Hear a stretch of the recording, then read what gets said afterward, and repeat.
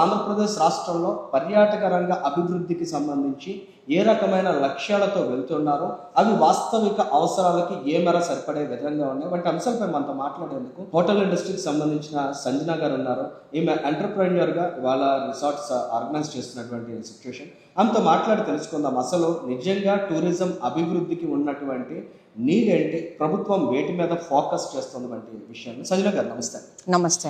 మనం చూస్తున్నాం చంద్రబాబు నాయుడు గారు పదే చెప్తున్నారండి, పర్యాటక రంగం అభివృద్ధితోనే మనం ఒక సస్టైనబుల్ డెవలప్మెంట్ మోడల్ క్రియేట్ చేసుకోవడానికి పాసిబిలిటీ ఉంటుందని. నిజంగా టూరిజం అనేది ఏ విధంగా కూడా ఎన్విరాన్మెంట్కి హార్మ్ఫుల్ కాకుండా డెవలప్ చేసుకోగలిగినట్లయితే ఇది పెద్ద ఎత్తున ఉపాధిని ఇస్తుంది, మరోవైపు ఆర్థిక అవసరాలను కూడా తీరుస్తుంది రాష్ట్రానికి. మరి ఇవాళ విశాఖ నగరం అనేది మొత్తం ఎంటైర్ ఆంధ్రప్రదేశ్ కోస్ట్లో చాలా ముఖ్యమైనటువంటి పర్యాటక నగరం. మరి ఇక్కడ ఆ స్థాయిలో డెవలప్మెంట్ జరుగుతుందా, ఆ రకమైన డైరెక్షన్లో అడుగులు పడుతున్నా, ఏం చెప్తారు? అనిల్ గారు, ఇప్పుడు చూస్తే మనం చాలా ప్రాజెక్ట్స్ వస్తూ ఉంటాయి. వైజాగ్లో చాలా ప్రాజెక్ట్స్ స్టార్ట్ చేశారు, గవర్నమెంట్ అనౌన్స్ చేసింది, ల్యాండ్స్ ఇచ్చింది. కాకపోతే మనం ప్రీమియం టూరిస్ట్ ప్లేస్గా మన విశాఖపట్నం కానీ ఆంధ్రప్రదేశ్ కానీ గుర్తించబడుతుంది. దానికి ఛాన్సెస్ అనేది చాలా తక్కువ అని నేను అనుకుంటున్నాను. ప్రీమియం టూరిస్ట్ అంటే ఒక 15,000 20,000 పెట్టి రూముల్లో ఉండే టూరిస్టులు మనకి ప్రాబబ్లీ ఎప్పటికీ రాకపోవచ్చు. సో అలాంటి ప్రీమియం హోటల్స్ని, ప్రీమియం వీటిని పుష్ చేస్తున్నాం, అది తప్పులేదు. కాకపోతే దాంతోపాటు ఒక మల్టీ ఇకోసిస్టమ్ అనేది మనం క్రియేట్ చేయాలి. అంటే మధ్యతరగతి టూరిజం వాళ్ళు కూడా మన దగ్గరికి వచ్చేటట్టు, డొమెస్టిక్ టూరిజం జనాలు అంటే వేరే స్టేట్స్ నుంచి మన దగ్గరికి వచ్చేటట్టు మనం ఎమ్యూనిటీస్ కానీ అక్కడ బేసిక్ ఎమ్యూనిటీస్తో పాటు ఎక్స్పీరియన్స్ అనేది మనం క్రియేట్ చేయగలగాలి. కానీ అది ఎంతవరకు చేయగలుగుతున్నాం అనేది మనం ఒకసారి వెనక్కి తిరిగి మనం ఇప్పటిదాకా చేసిన అభివృద్ధిని కానీ మనం అంచనా వేస్తే మనకు అర్థమవుతుంది. ఇప్పుడు ఎన్నో ప్రాజెక్ట్స్ ఇచ్చారు, అందులో ఎన్ని యాక్చువల్గా స్థాపించబడ్డాయి, ఎన్ని టూరిజంకి కేటర్ చేసి మనుషుల్ని కానీ టూరిస్టులకి కానీ అవెన్యూగా మారాయి అనేది మనం చూస్తే ఇప్పుడు చాలా తక్కువ ఉన్నాయి. రాడిసన్ ఆపోజిట్లో ఉన్న ప్రాజెక్ట్ కానీ ఇవన్నీ ఎప్పుడో ఇచ్చినవి. సెనోరా కానీ రుషికొండలో కానీ బ్లూ ఫ్లాగ్ బీచ్లో కానీ మనం ఏం చేసామంటే అసలు బేసిక్గా చిన్న ప్లేసెస్లో టెనటీ పార్క్ దగ్గర తప్ప మీరు ఎక్కడ చూసినా మీకు వాష్రూమ్స్ అనేవి కనిపించవు. ఇంకా ఎలాంటి యాక్టివిటీస్, ఇప్పుడు సపోజ్ ఎవరైనా వైజాగ్ వచ్చారనుకోండి, ప్రీమియం టూరిస్టే అనుకోండి, ఒక 5 రోజులు కానీ వాళ్ళు వైజాగ్లో ఉంటే వాళ్ళు చేయడానికి ఏమున్నాయి, వాళ్ళు వెళ్ళడానికి ఏ ప్రదేశాలు ఉన్నాయి, వాళ్ళకి ఎలాంటి కల్చరల్ ఎక్స్పోజర్ మనం ఇస్తున్నాం మన స్టేట్ గురించి కానీ మన విశాఖపట్నం గురించి కానీ.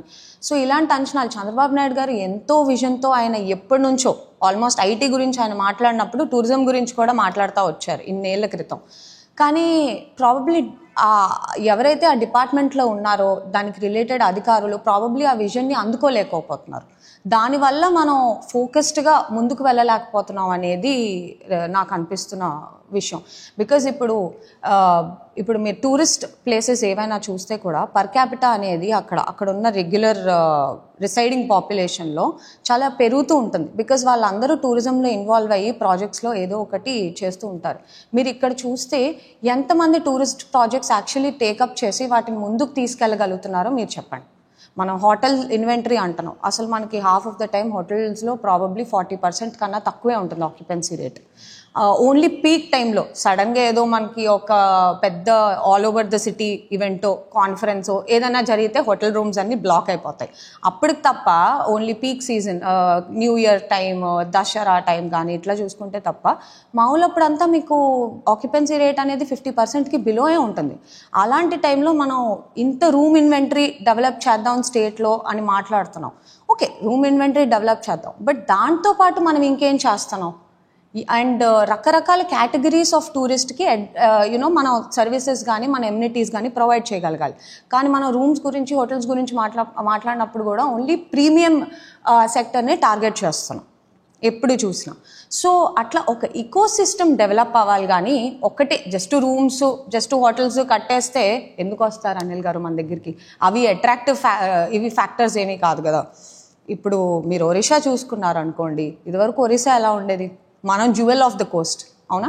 Visakhapatnam jewel of the coast. కానీ ఇప్పుడు మన సగం డొమెస్టిక్ టూరిజంని ఒరిస్సాకి కోల్పోతున్నాం అనేది నాకు అనిపిస్తుంది. రేపు హైదరాబాద్లో ఆర్టిఫిషియల్ బీచ్ అంటున్నారు. అక్కడ బీచ్ ఎక్స్పీరియన్స్ వచ్చినప్పుడు అక్కడ నుంచి ఈ బీచ్ ఎక్స్పీరియన్స్ కోసం వచ్చే వాళ్ళు ఎంతమంది ఉంటారు? అంటే నేను అంటుంది ఏంటంటే తగ్గిపోతున్నారు మనకు వచ్చే టూరిస్ట్.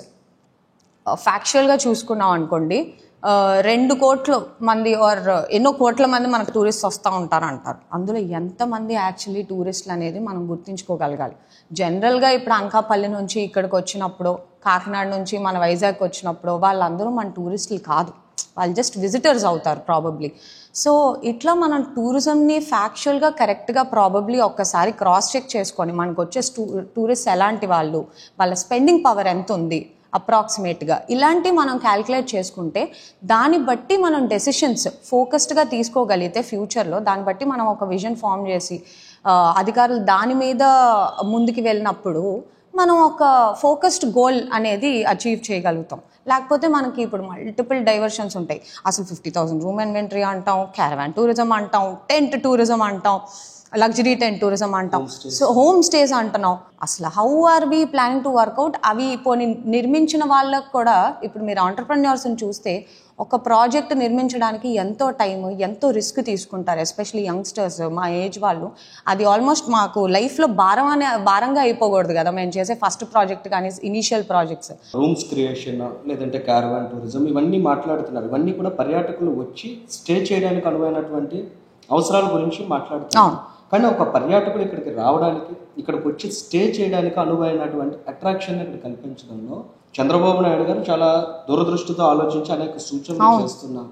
గ్రౌండ్ లెవెల్లో, ఫీల్డ్ లెవెల్లో టూరిజం రిలేటెడ్ డెవలప్మెంట్ చేయాల్సినటువంటి అధికారుల్లో కాస్త ఆ సమన్వయం ఎక్కడ లోపిస్తున్నట్లు కనిపిస్తుంది. అంటే ఆ విజన్ అనేది ఇప్పుడు మనం అదే అంటున్నాం, ఆయన విజన్ చంద్రబాబు నాయుడు గారికి ఎలాంటి విజన్ అయితే ఉందో అది అధికారులకి ట్రాన్స్ఫర్ కావట్లేదు.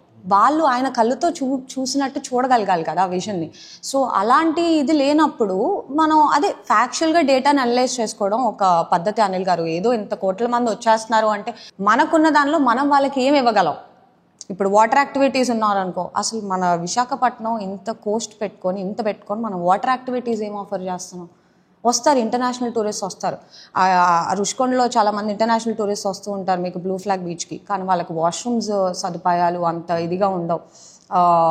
వాళ్ళ వాటర్ యాక్టివిటీస్ కూడా ఏమీ పెద్దగా లేవు, చేసేవాళ్ళు కూడా పెద్దగా లేరు. ఎందుకంటే ఎవరికైనా కూడా భయపడుతున్నారు ముందుకు రావడానికి ఈరోజు. అండ్ గవర్నమెంట్ ఇప్పుడు డిపార్ట్మెంట్ వాళ్ళు కూడా మీరు చూస్తే ఓన్లీ పెద్ద ఇన్వెస్ట్మెంట్స్నే ప్రోత్సహిస్తున్నారని కూడా అనిపిస్తుంది. యంగ్స్టర్స్కి మేము చూసినప్పుడు ఎంతో they are talking 100 crores, 200 crores, 500 crores టూరిజంలో. ఒక కింద నుంచి ఎకో సిస్టమ్ అంటూ బిల్డ్ అయి రావాలి. కానీ ఏదో ఒక 500 కోట్లు హోటల్ పెట్టినంత మాత్రాన ఆ రూమ్స్ అన్నీ ఫిల్ అయిపోయి మనకు టూరిస్ట్ వస్తారు అనేది అది మనం ప్రాబబ్లీ మిస్గైడ్ అవుతున్నాము అనేది నాకు అనిపించిన విషయం. రుషికొండ బీచ్ లో చూస్తే అక్కడ సర్ఫింగ్ యాక్టివిటీకి చాలా అట్రాక్షన్ ఉంది. బయట కంట్రీస్ నుంచి కూడా వచ్చి నేర్చుకోవడానికి ఇష్టపడతారు. కానీ అక్కడ వాళ్ళకి ప్రాపర్ ఫెసిలిటేషన్ కానీ అవసరమైనటువంటి సదుపాయాలు కానీ కనిపించాయి. ఇటువంటి వాటిని కానీ ఇంప్రూవ్ చేసినట్లయితే మనం డొమెస్టిక్ టూరిజంతో పాటు ఇంటర్నేషనల్ టూరిస్ట్ ఫుట్ఫాల్ కూడా పెంచుకోవడానికి అవకాశం ఉంటుంది. బట్ ఆ కైండ్ ఆఫ్ డైరెక్షన్ లో ఏమన్నా ప్రయత్నాలు జరుగుతున్నట్లు మనకి బేసిక్ అవుట్డోర్ ఇప్పుడు మీరు వేరైతే దేశాల్లో చూస్తారో అవుట్డోర్ షవర్ రూమ్స్ అవి ఉంటాయి. బేసిక్ వాటికి పెద్దగా మెయింటెనెన్స్ అది కూడా ఏమి ఉండదు, ఎందుకంటే అవుట్డోర్ ఉంటాయి, జస్ట్ మన శాండ్ అది దులుపుకోవడానికి. అలాంటి షవర్ రూమ్ ఫెసిలిటీస్ కూడా ఒక బ్లూ ఫ్లాగ్ బీచ్ అంటే మనకి ఇంటర్నేషనల్ టూరిస్ట్ ఎక్కడైతే మేజర్గా వస్తున్నారో, కొంతమంది నేను చూసింది ఏంటంటే ఓన్లీ సర్ఫింగ్ నేర్చుకోవడానికి వచ్చి ఒక 10 రోజులు అట్లా ఉండే వాళ్ళు కూడా ఉంటున్నారు. సో అలాంటి వాళ్ళకు కూడా మనం బేసిక్ ఫెసిలిటీస్ క్రియేట్ చేయలేకపోతున్నాం అనేది చాలా బాధాకరమైన విషయం. ఎందుకంటే ఒకళ్ళు వచ్చినప్పుడు వాళ్ళు మన ప్లేస్ గురించి వెళ్ళి 10 మందికి చెప్తారు వాళ్ళ కంట్రీలో. సో దానికి మనం వాళ్ళకి ఎలాంటి ఎక్స్పీరియన్స్ ఇస్తున్నాము, ఒక హోల్సమ్ ఎక్స్పీరియన్స్ ఇవ్వగలుగుతున్నావా, కంఫర్ట్ ఇవ్వగలుగుతున్నావా, అది మనం చూసుకోవాల్సింది. ఇప్పుడు మీరు అన్నట్లు పాలసీస్ మీద పెట్టినటువంటి శ్రద్ధ అసలు బేసిక్ నీడ్స్ ఏంటి, గ్రౌండ్ లెవెల్లో ఉన్నటువంటి ఉండాల్సినటువంటి ఎమ్యూనిటీస్ ఏంటి, ఫెసిలిటీస్ ఏంటి అనేది తెలుసుకునే ప్రయత్నం చేయట్లేదు అనిపిస్తుంది. దీనికి ఎగ్జాంపుల్ ఏంటంటే వాళ్ళ విశాఖపట్నం కోస్ట్లో చూసినట్లయితే ఎన్ని బీచెస్ ఉన్నాయి. ఈ బీచెస్ దగ్గర ఫెసిలిటీస్ అనేది ఏ స్థాయిలో ఉన్నాయనేది అందరికీ తెలిసిన విషయం. మనం యారాడ బీచ్ చూసినట్లయితే నిజంగా ఎక్కడి నుంచన్నా ఒక వేరే దేశం నుంచో లేదా వేరే రాష్ట్రం నుంచో వైజాగ్ నుంచి మళ్ళీ యారాడ వెళ్ళి ఆ బీచ్ చూడాలంటే అక్కడ ఏముంది ఎంజాయ్ చేయడానికి అనే క్వశ్చన్. యారాడ బీచ్ చాలా బ్యూటిఫుల్గా ఉంటుంది. ఇన్ఫ్యాక్ట్ ఇట్స్ వెరీ ఎగ్జాటిక్ కూడా, బికాజ్ మామూలు జనాభా అక్కడికి పెద్దగా వెళ్ళరు.